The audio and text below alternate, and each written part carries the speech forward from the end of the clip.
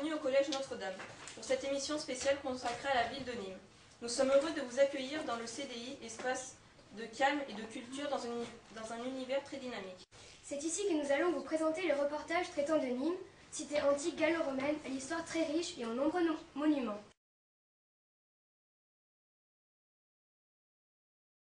Voici le sommaire de notre émission.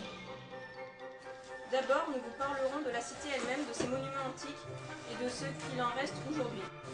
Ensuite, nous nous intéresserons à l'inspirateur de cette magnifique cité, l'empereur romain Auguste. Puis nous irons à la découverte de la vie quotidienne des habitants de Nîmes à l'époque romaine. Les Romains aimaient les jeux, et tout particulièrement les combats de gladiateurs. Nous effectuerons un voyage dans le temps pour retrouver ces stars de l'Antiquité. Enfin, nous reviendrons dans le présent pour examiner le rayonnement d'une cité coloniale telle que Nîmes dans sa zone d'influence antique et sa région actuelle. Madame Sassoulas, vous êtes professeure d'histoire au Collège Notre-Dame. Que pouvez-vous nous dire sur la cité antique de Nîmes ? Alors Nîmes est une magnifique cité gallo-romaine. Alors, il y a eu un habitat bien avant, bien sûr les Romains, il y avait un habitat gaulois et même avant un habitat préhistorique. Mais lorsque les Romains ont conquis la Gaule, et on peut dire que Nîmes a été fondée au IIe siècle avant Jésus-Christ. Ce n'est donc pas César qui a fondé Nîmes.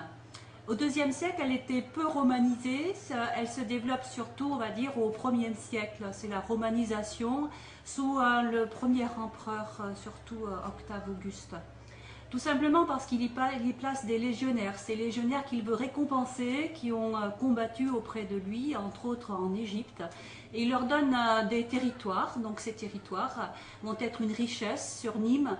Et cette légion va développer la cité de Nîmes qui va devenir pratiquement une deuxième petite Rome. Il y avait une source au centre de cette cité et il y a tout un culte lié à l'eau. Et c'est donc de là que vient Némosus, le nom latin de Nîmes. Voilà. L'endroit où nous sommes, la ville de Tournon, faisait partie de cette province narbonnaise ? Oui, tout à fait. Tournon faisait partie de la Narbonnaise, une des provinces conquises par les Gaulois et non par les Romains, pardon, et non pas par César. La Narbonnaise était très étendue, elle s'étendait donc sur une partie de la côte du Languedoc-Roussillon et remontait pratiquement jusqu'à Vienne aujourd'hui et sur les rives du lac Léman. Donc c'était une grande province. Mais c'était bien avant la conquête des Gaules par Jules César alors ? Oui, la Narbonnaise a existé bien avant les conquêtes de César, puisque César s'en est servi justement comme base pour pouvoir ensuite lancer sa conquête sur la Gaule. César a même été gouverneur de la Narbonnaise et de la Gaule cisalpine, donc elle était là, je l'ai dit, bien avant la conquête des Gaules. Merci Madame Sassoulas. Vous restez avec nous, et nous allons regarder le premier reportage et partir à la découverte de cette merveilleuse cité gallo-romaine.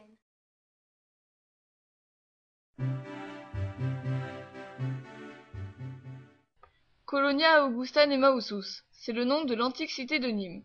Depuis 2000 ans, tous les visiteurs sont éblouis par la splendeur de ces monuments, qui comptent parmi les mieux conservés du monde romain. Nous allons vous présenter le forum avec la célèbre maison carrée, l'amphithéâtre, les remparts avec la tour Magne, l'Augusteum et le temple de Diane. Mais tout d'abord, voici le crocodile enchaîné à la palme qui est le symbole de la ville.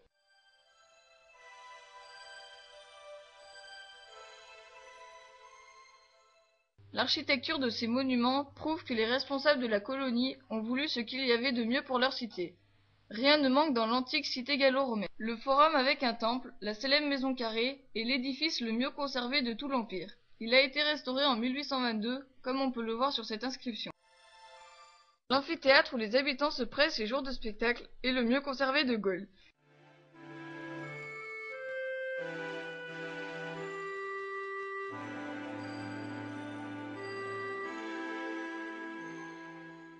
De nos jours, on se sert encore des arènes pour diverses manifestations. Les remparts qui protègent la cité de toute agression ont été entièrement financés par Auguste. Ils contiennent la tour Magne. Voici la vue que nous avons du haut de celle-ci.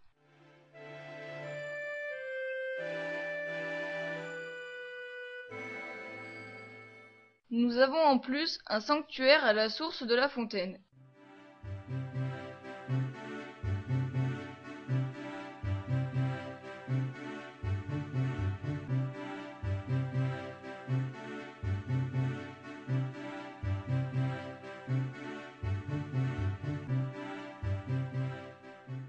Et un temple-bibliothèque, le temple de Diane.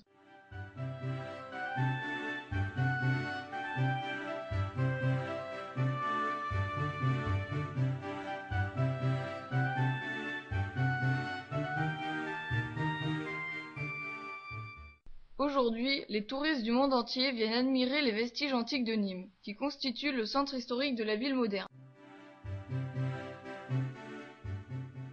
La cité de Nîmes est pour nous un témoignage toujours vivace de la fusion entre la brillante civilisation romaine et la civilisation foisonnante de la Gaule.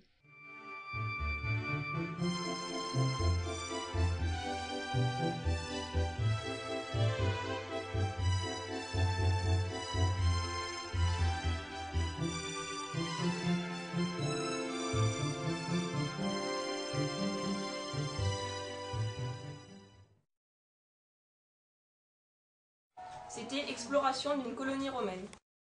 Et nous avons avec nous Louis qui revient de Nîmes. Qu'est-ce que tu as pensé en voyant tous ces monuments? J'ai trouvé que les monuments étaient bien conservés. Est-ce que tu imaginais comme ça les ruines romaines de Nîmes avant le voyage? Non, je pensais qu'il y en aurait moins. Si on te proposait d'y retourner, que répondrais-tu? Je répondrai oui. Merci pour ton témoignage. À présent, regardons ensemble le second reportage qui nous présente Nîmes sous l'apparence d'une cité toute dévouée à son souverain, l'empereur Auguste.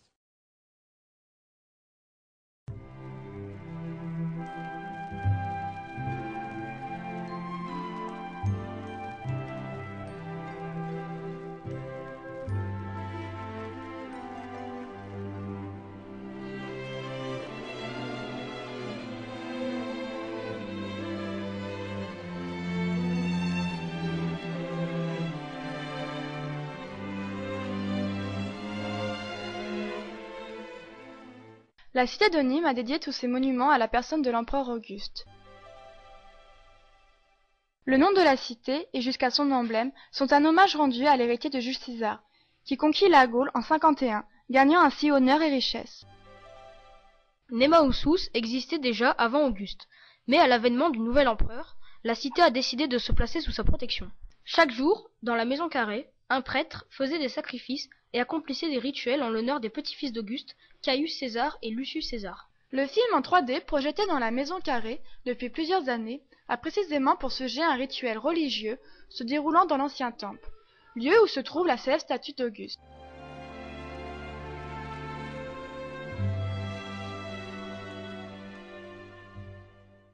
Aujourd'hui, la ville de Nîmes a conservé son héritage augustéen, tant dans la mise en valeur des ruines de l'Antiquité que par la promotion des symboles.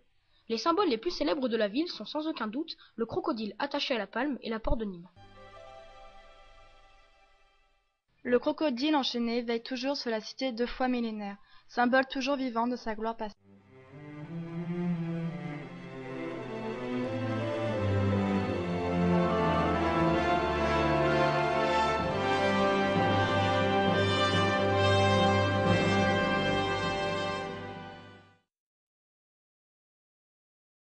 C'était Nemausus, une cité dédiée à l'empereur Auguste. Madame de Montgolfier, vous êtes documentaliste au CDI du Collège Notre-Dame. Vous êtes aussi diplômée en histoire de l'art. Est-ce que l'architecture de la maison carrée de Nîmes vous semble correspondre au temple bâti à Rome? Oui, en fait, la maison carrée a été construite sur le modèle d'un temple romain qui est celui d'Apollon. Pouvez-vous nous en dire plus sur ce modèle? Alors, le temple typique romain se compose de 3 éléments. On a le pronaos, qui est la partie extérieure du temple, celle où il y a les colonnades. Il y a le podium, en fait, sur lequel est situé le temple lui-même, et l'intérieur qui s'appelle la cella. Dans quel style est construit la maison carrée? En fait, elle a été réalisée dans le style le plus raffiné de l'époque. Il y a les pierres blanches qui ont été extraites des carrières locales.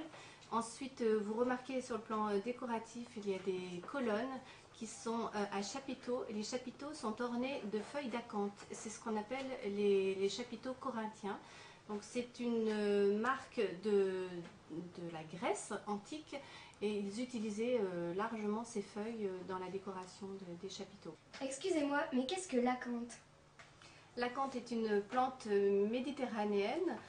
Les Grecs l'ont choisie pour ses qualités décoratives, notamment la feuille qui est reprise dans les chapiteaux corinthiens. Et cette feuille a été choisie sur la variété épineuse parce qu'elle a vraiment une très jolie découpe. En somme, les Nîmois ont choisi de ce qui se faisait le mieux pour construire la maison carrée. Exactement, vous avez tout compris. Merci Madame de Montgolfier. Il est temps pour nous de découvrir comment vivaient les habitants de Nîmes à l'époque romaine avec ce reportage. La vie quotidienne dans la cité de Némaousos n'est pas très différente de celle que mènent les Romains à Rome. La société étant divisée en deux classes différentes, les hommes libres et les hommes non libres. La vie quotidienne des Romains étant très chargée. Quels étaient les loisirs favoris des Romains? Les Romains aimaient énormément les spectacles. Ils allaient tous les jours de fête, c'est-à-dire à peu près un jour sur deux dans l'année. Ils allaient donc les jours de fête au théâtre pour voir des comédies, des tragédies grecques. Les Romains et les Nîmois adoraient le théâtre grec. La troupe théâtrale est composée d'esclaves ou d'affranchis. Dans la plupart des cas, on trouve 5 acteurs, des flûtistes, des chanteurs, des danseurs, des musiciens, des figurants, des machinistes. Les acteurs ne sont pas citoyens. Les citoyens romains ne devaient pas se mêler aux acteurs. Paradoxalement, les acteurs étaient de vrais stars. Et puis, ils aimaient énormément les jeux du cirque. Ça pouvait être les courses de chars,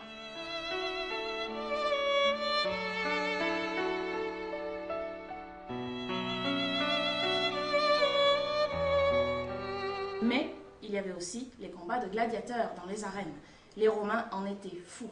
À Nîmes, comme à Rome, le peuple était fan des combats de gladiateurs se déroulant dans les arènes ou amphithéâtres. Les après-midi étaient souvent consacrés à ce loisir et le peuple s'y précipitait avec enthousiasme. Les gladiateurs étaient admirés, mais hors de l'arène, ils étaient considérés comme des gens pauvres sans valeur. Nîmes avait-elle des marchés et le commerce était-il développé? À Nîmes, on vendait très certainement les produits locaux sur les marchés, notamment du blé, des céréales, et sans oublier le vin gaulois qui était extrêmement réputé chez les Romains.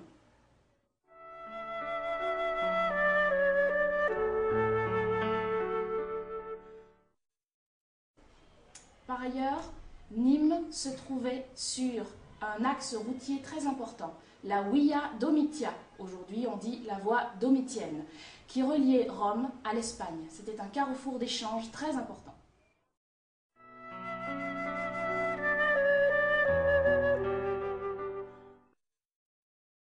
Les Nîmois avaient-ils les mêmes activités que les Romains? C'est probable. Il y avait à Nîmes des arènes pour les combats de gladiateurs. On dit aujourd'hui les arènes, mais les Romains disaient amphithéâtre, comme le Colisée à Rome. Il y avait également un théâtre pour les pièces, les comédies, les tragédies. Il existe encore, même si on l'a découvert lors des fouilles et puis remblayé, justement pour éviter qu'il ne s'abîme.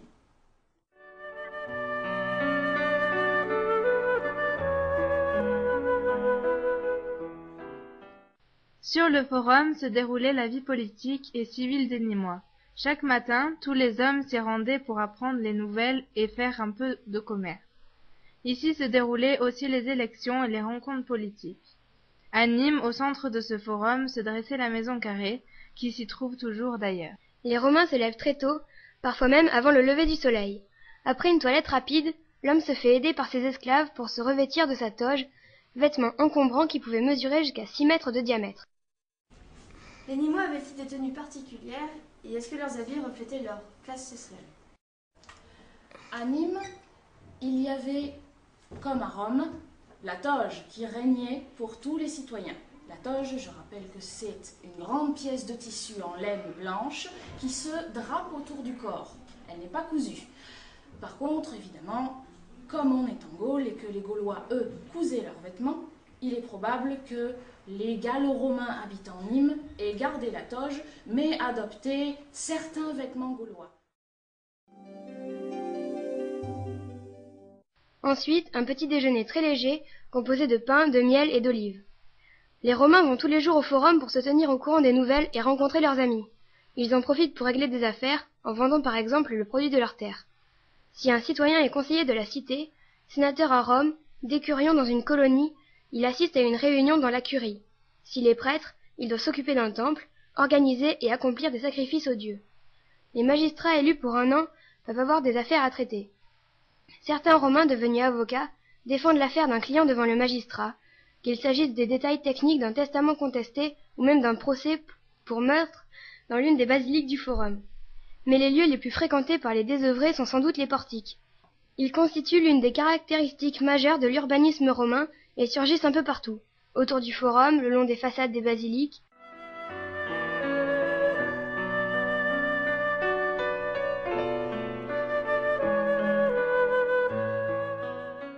D'autres sont construits comme des édifices indépendants et aménagés comme des lieux de passage, de rencontres et de réunions.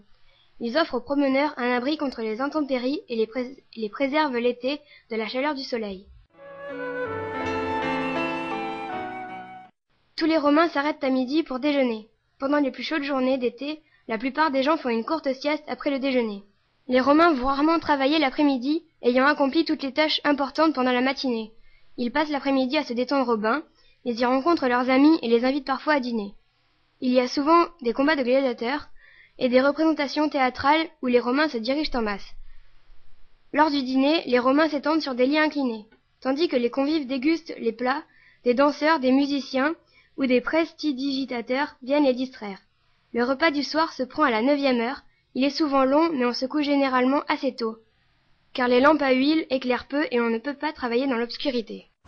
D'après vous, est-il juste de qualifier Nîmes de cité pleine d'activités comme Rome?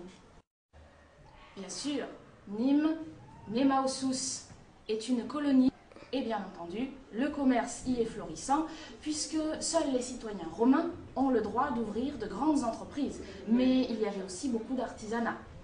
Les Gaulois étaient les maîtres du soufflage du verre. Ils savaient bien entendu fabriquer les tonneaux pour transporter ce fameux vin gaulois si réputé.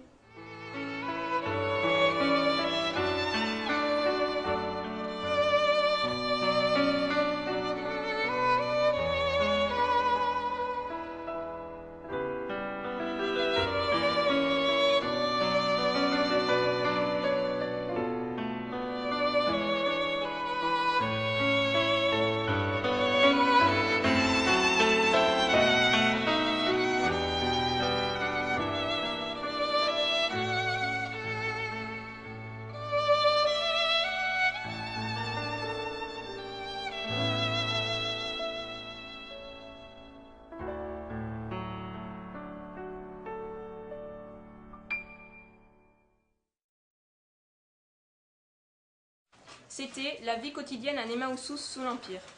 Mais qu'est-ce qui se passe?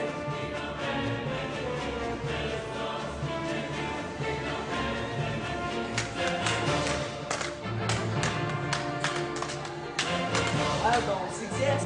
Et à quoi? Au combat de gladiateurs, tiens. Il paraît qu'il y a des jeux à Nîmes dans pas longtemps. Dites donc, vous vous rendez compte qu'on est en train de filmer une émission là? Oh pardon. Et en plus, vous arrivez trop tard. Les grands jeux à Nîmes, c'était les 17 et 18 avril dernier. Oh non, pas possible. Et si? D'ailleurs, nos reporters en ont rapporté des images. Ça commence tout de suite.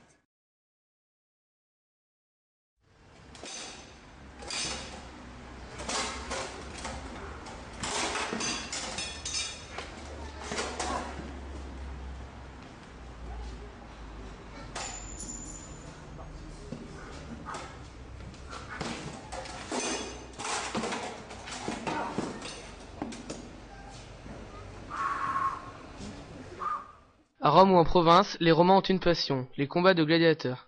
Ce sont des combats dans lesquels les hommes se battent entre eux ou contre des animaux.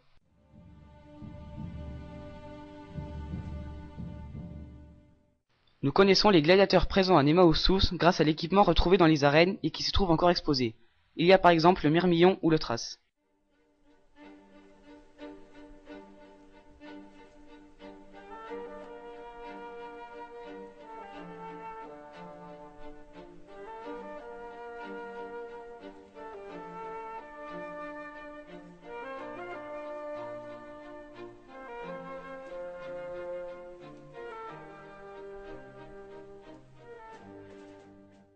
Aujourd'hui, la ville de Nîmes a décidé de rendre hommage aux gladiateurs du passé, en organisant les grands jeux romains, une reconstitution très documentée des fêtes qui se déroulaient les jours fériés à Nemausus.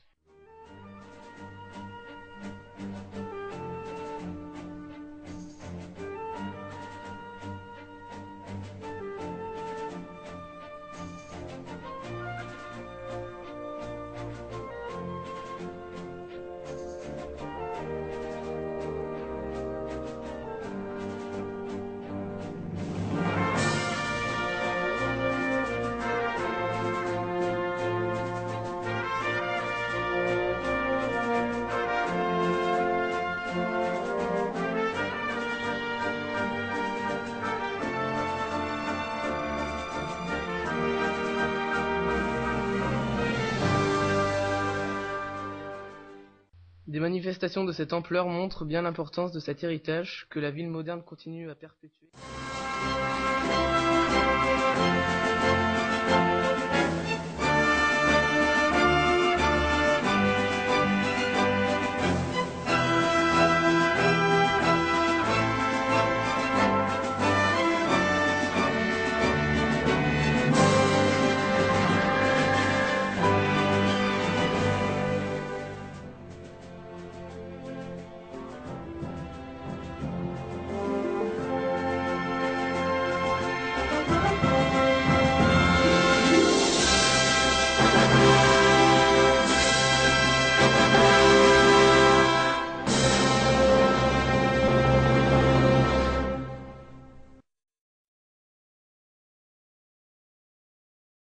C'était reconstitution d'un combat de gladiateurs. Et nous voici arrivés à la fin de cette émission spéciale consacrée à la ville de Nîmes. Je remercie les équipes techniques. Attendez. Quoi? Qu'est-ce qu'il y a encore? Et mon reportage alors, je n'ai pas passé une nuit blanche à finir le montage pour rien. Mais l'émission est terminée. Je suis en train de faire les remerciements là. Bon, ça va, allez, file un régie. Ils vont peut-être t'arranger le coup. Un reportage de dernière minute donc sur le rayonnement de la cité antique. Ça y est, c'est reparti.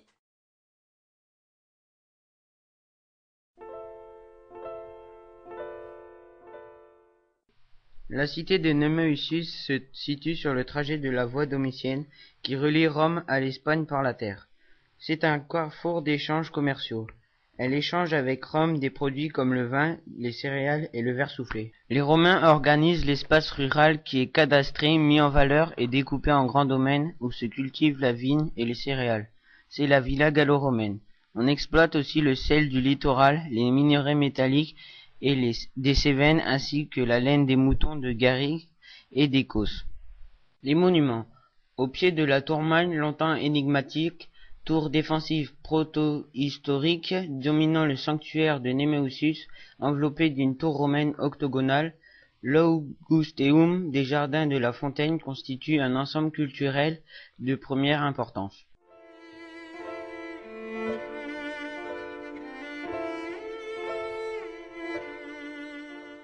Aujourd'hui, dans les arènes de Nîmes se déroule de la tauromachie.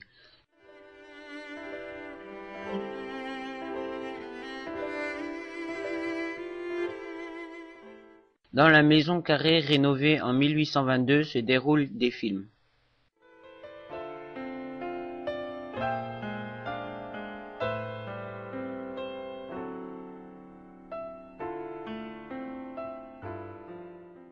Aujourd'hui, Nîmes est la capitale du Gard, qui compte plusieurs villes gallo-romaines.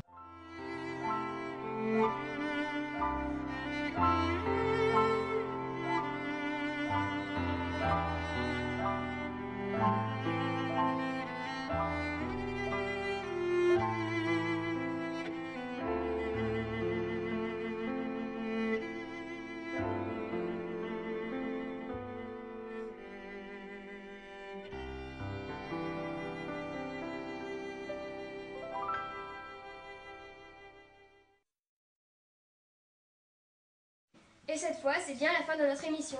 Je remercie les équipes techniques, les intervenants et bien sûr les autorités du collège, sans qui cette émission spéciale n'aurait pas été possible. Et je vous donne rendez-vous l'année prochaine pour une nouvelle émission spéciale consacrée à la ville d'Orange. Bonnes vacances et à bientôt.